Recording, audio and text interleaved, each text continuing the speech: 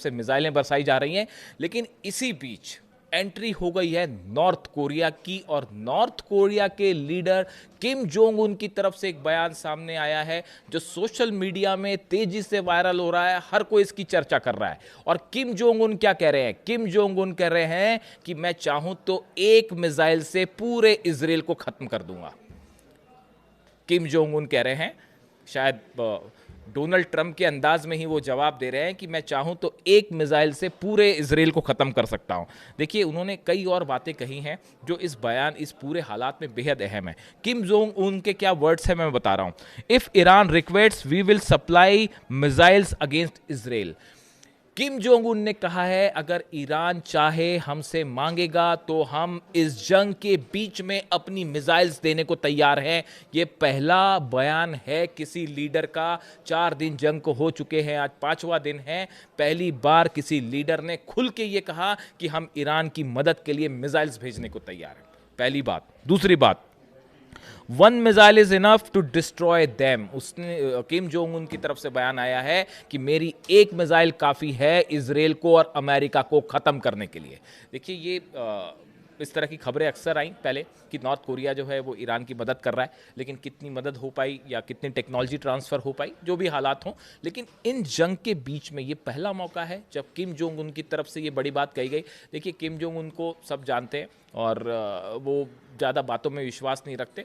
वो मिसाइल मार के ही जो है जवाब देना ठीक समझते हैं। अब उनकी तरफ से जिस तरह से हमले हुए ईरान पे और अली खामेनी साहब की शहादत हुई, उसके बाद बताया जा रहा है कि किम जोंग उन भी बड़े एग्रेसिव मोड में हैं।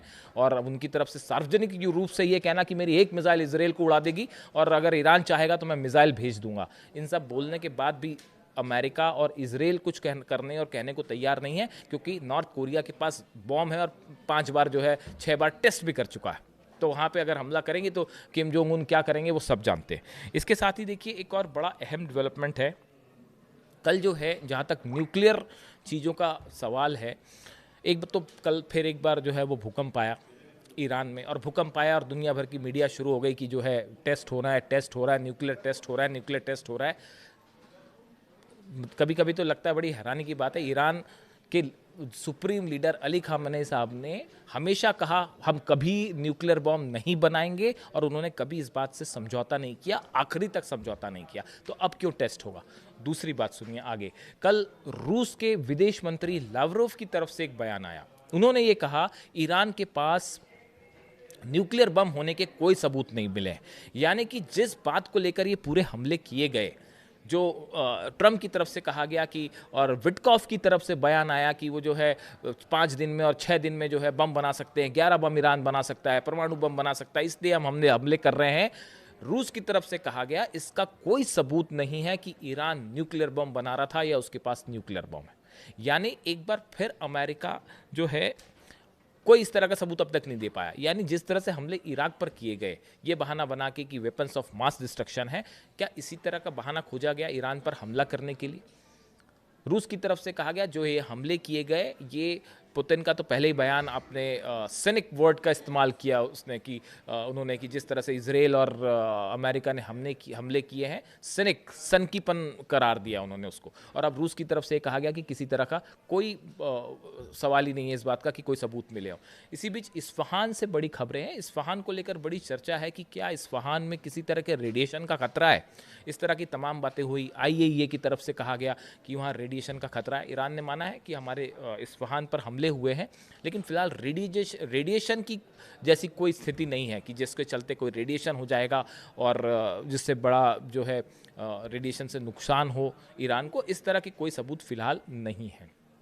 इसके साथ एक और डेवलपमेंट, एक और खबर, कई ड्रोन से बताया जाता है कि बीती रात इजराइल ने, बल्कि बीती शाम जो है इजराइल की तरफ से कई ड्रोन अटैक की कोशिश की गई इस्फहान में। यानी कि इस्फहान के आसमान पे 2 ड्रोन अटैक्स थे जो कि वहाँ पे अटैक करने गए थे, उनको ईरान के एयर डिफेंस ने मार गिराया है। इस तरह की खबरें हैं। देखिए, इस्फहान पर हमले हो रहे हैं, लेकिन कई सारे एयर डिफेंस सिस्टम्स ऐसे हैं जो जिनकी लोकेशंस पता करना बेहद मुश्किल काम है। अंडरग्राउंड से उनमें से काफ़ी कई सारे, और इजराइल के ड्रोन्स मार गिराए गए इस्फहान में। ये बात कंफर्म है, मतलब इस सूत्रों से खबर नहीं है, कंफर्म खबर है कि कई ड्रोन्स जो हैं इस्फहान में गिराए गए जो वहाँ हमला करने गए थे। यानी देखिए कुल मिला के हालात ऐसे हैं कि एक ऐसी जंग है जिसमें अमेरिका और इजराइल कूद तो गए हैं। शुरुआत ईरान ने कहा कि शुरुआत तुमने की थी, ख़त्म हम करेंगे। इजराइल और अमेरिका इस जंग में कूद तो गए हैं, लेकिन इसका अंत नहीं दिखाई दे रहा। और ये बात डोनाल्ड ट्रंप भी समझ रहे हैं। कहाँ तो बात हो रही थी कि 2-3 दिन में जो है हम जंग ख़त्म कर देंगे, अब वो 1 महीने तक पहुंच चुका है। और आप देखिए पिछले 5 दिनों में ईरान भारी पड़ता दिखाई दे रहा है। पूरे अरब देशों पर अकेला देश लड़ाई कर रहा है। उसके बावजूद जो है वो अभी तक ईरान में करना क्या है इसका प्लान अमेरिका के पास साफ नहीं है। और जो हमले हो रहे हैं वो अलग, पूरी दुनिया का ऑयल रुक चुका है, हॉर्मुज बंद हो चुका है। इसका असर दुनिया के ऑयल सप्लाई पे पड़ने जा रहा है। पर बैरल की कॉस्ट जो है वो आसमान छू जाएगी। ऐसे सिचुएशन में ये वॉर एक्सपर्ट्स बता रहे हैं कि जैसा प्लान करके हुआ था वो बिल्कुल पूरी तरह से फेल है। और जो डोनाल्ड ट्रंप कह रहे हैं कि ईरान बातचीत को तैयार है, बिल्कुल तैयार नहीं है। और ये बात है इस तरह की ईरान सरेंडर करेगा या वहाँ की जनता किसके साथ है। देखिए ईरान की तस्वीरें, वहाँ पे उन बच्चियों की जो शहादत हुई, जो बच्चियों की मौत हुई है, उनकी अंतिम यात्रा में जब बम बरस रहे थे तब भी जो है उनको जब दफनाया जा रहा था तो हज़ारों लाखों लोग ईरान की सड़कों पर हैं। और वो किसी B-2 बॉम्बर से नहीं डर रहे और किसी जो है वो अमेरिकन टॉम हॉक मिसाइल से डर रहे और ना किसी फाइटर जेट से डर रहे। तो देखिए हालात एक बार फिर फंसे हुए। जो भी अपडेट होगा इससे जुड़ा अगली वीडियो में आप तक पहुँचाऊँगा। Thank you so much.